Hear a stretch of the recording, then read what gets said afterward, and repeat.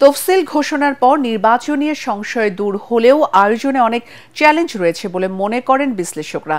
নির্বাচন বিশেষজ্ঞ জেসমিন টুলি ও রাষ্ট্রবিজ্ঞানী ডক্টর সাব্বির আহমেদের মতে একই দিনে সংসদ নির্বাচন ও গণভোট আয়োজন নির্বাচনী ব্যবস্থাপনার জন্য বড় চ্যালেঞ্জ। তাদের মতে নির্বাচন নিয়ে নাগরিকত্বের আস্থা তৈরিতে ভোটের মাঠে নির্বাচন কমিশনের দৃঢ় ভূমিকা ও সরকারের রাজনৈতিক সদিচ্ছা আরও দৃশ্যমান হওয়া প্রয়োজন।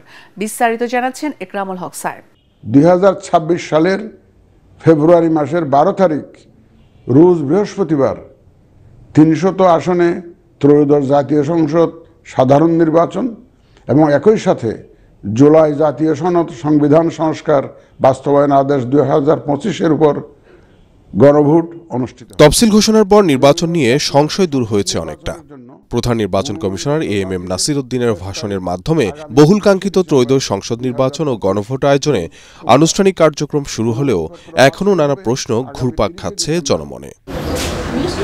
বিশ্লেষকরা বলছেন, সিসির ভাষণে গণভোট আয়োজন সহ বিভিন্ন ইস্যুতে আরও স্পষ্ট বার্তা প্রয়োজন ছিল। দুটাই তো বড় নির্বাচন, গণভোটটাকে আরেকটু গুরুত্ব দিয়ে আরেকটু আনলে ভালো হতো। এই একটা গণভোটের জায়গাটা এবং আইন শৃঙ্খলা পরিস্থিতি মানে ভোটারকে আশ্বস্ত করা। প্রধান নির্বাচন কমিশনার তো প্রধান ব্যক্তি যিনি ভোটারকে আশ্বস্ত করে, ভোটাররা নির্বিঘ্নে আস্থা রেখে নির্বাচন কমিশনে আস্থা রেখে ভোট কেন্দ্রে আসবে। এই যে আস্থা তৈরি করার জায়গাটা, ভোটারদের আস্থার জায়গাটা, এই জায়গাটা উনি আরও কিছু বাক্য ব্যবহার করতে পারতেন। বিশ্লেষকদের মতে গণভোট ও সংসদ নির্বাচন একই দিনে হওয়ায় নির্ধারিত সময়ে ভোট গ্রহণ ও দ্রুত সময়ে ফলাফল প্রকাশে চ্যালেঞ্জের মধ্যে পড়তে পারে ইসি। একই সাথে ভোটের মাঠে আইন শৃঙ্খলা নিয়ন্ত্রণে রাখাও বড় চ্যালেঞ্জ। 5ই আগস্টের পরে যে সকল অস্ত্র থানা থেকে লুট হয়েছিল, এই সব অস্ত্র কি ফেরত এসছে? তার খুবই সামান্যই ফেরত এসছে। তো এই অস্ত্রগুলোকে আপনি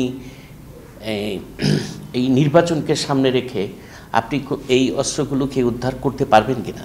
অবৈধ টাকা, অবৈধ অস্ত্র জানি উদ্ধার করা, কিছু কিছু অভিযান করা, মানে আসলে তাদের কার্যক্রম তারা ঠিকই করছে, কিন্তু সেগুলোকে দৃশ্যমানে আনা, তাতে ভোটাররা আশ্বস্ত হয়। এছাড়া নিবন্ধন স্থগিত আওয়ামী লীগের নেতাকর্মীদের ভূমিকা কি হবে, কিংবা জাতীয় পার্টি সহ সংশ্লিষ্ট রাজনৈতিক দলগুলো ভোটে অংশ নেয়া না নেওয়াও নির্বাচনী মাঠে নানা মেরুকরণ তৈরি করতে পারে বলে মনে করেন বিশ্লেষকরা। আওয়ামী লীগের যে অংশটা দেশে আছে, কর্মী আছে, হয়তো কিছু স্থানীয় পর্যায়ের নেতা নেত্রীও আছে, তারা যদি নমিনেশন পেপার সাবমিট করতে চায়, ধরেন তারা নির্বাচনে অংশ নিতে চায়, স্বতন্ত্র একটা অপশন তো খোলাই আছে তাদের, আপনি তো সেটা বন্ধ করেন নাই। যখন তারা এটা করতে আসবে তখন কি তাদেরকে স্বাভাবিকভাবে আপনি অ্যাকসেপ্ট করতে পারবেন? জাতীয় পার্টি এরা তো নির্বাচন করতে চাইবে, যাদেরকে বলা হয় যে এরা স্বৈরাচারের দোষর, দীর্ঘ সময় ধরে তারা স্বৈরাচারকে সহযোগিতা করেছে। তো যখন তারা এটা করতে চাইবে তখন তাদের সাথেও তো একটা কনফ্লিক্ট হওয়ার সম্ভাবনা থাকবে।